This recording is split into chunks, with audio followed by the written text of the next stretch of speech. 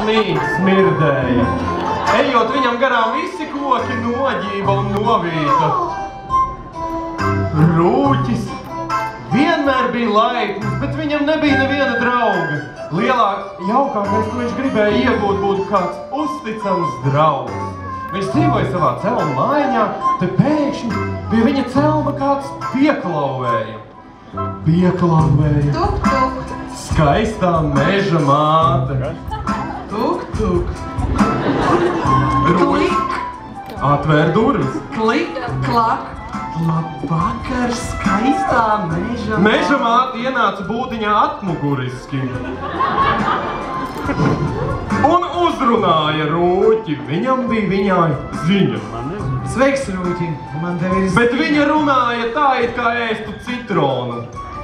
Привет, Гоник. Не сообщение.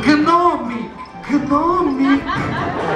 Meža māte vēlējās pastāstīt, kur Rūķis varēs iegūt draugus. Es tev tā īsumā pastāstīšu par Facebooku. Itāļu valodā. Idolana un cikinā, bet tev bēlā. Rūķis no prieka dejoja. Facebooko datorīno. Meža māte saprata, ka darbiņš ir padarīts. Tak tu neesi normāli. Un kā ļengana lupata pazuda. Rūķis sakravāja pašu svarīgāko. Ņemot tās mantas, viņš citēja, ko viņš ņēma. Siltās apenes. Brāļi kaut... Vēl divas lietas palika. Kāpēc televīzijas pults bez baterijām? Murakamīs. Un tēta Rūķa un tēta mammas foto. Rainis. To pasakot, viņš palecās un sasita abas kājas kopā.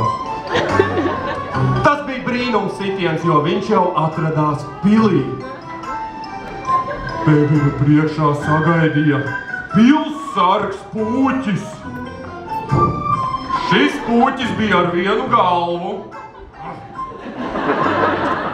Un viņš perfekti dejoja salsu. Pūķis nelaida Rūķi pilī, ar deju kustībām atvairot viņu no durvīm. Rūķis sāka lūgties žēlabainā balsī, tā it kā raudošs kāmis. Pūķīt, ielai mani iekšā, man ļoti gribas iekšā. Pūķis deva Rūķim uzdevumu. Ja tu vari ar savu mēli aizsniegt man vēl... Uzdevumu, kurš ir pieklājīgs un ētisks. Pietupies! Pieklājīgs un ētisks. Pietupies! Skaļāk! Rūķim bija plāns. Viņš pārvērtās par vardi un gurkstēja, kas bija bezjēdzīgi.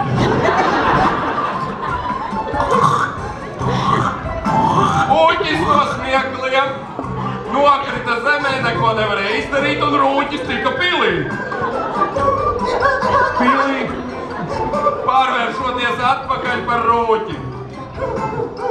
Pilī viņa sagaidīja skaistā princese, ar kuru viņš gribēja sākt draudzēties. Rūķis nebija romantiķis, tāpēc viņam sanāca romantiskas stulbas frāzes pateikt. Sudīgi izties šodien. Es arī.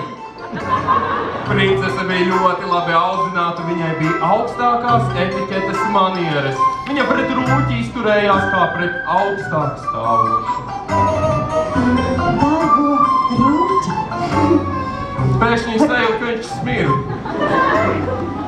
Bet centās tāpat būt ētiska. Varbūt varētu iedzert.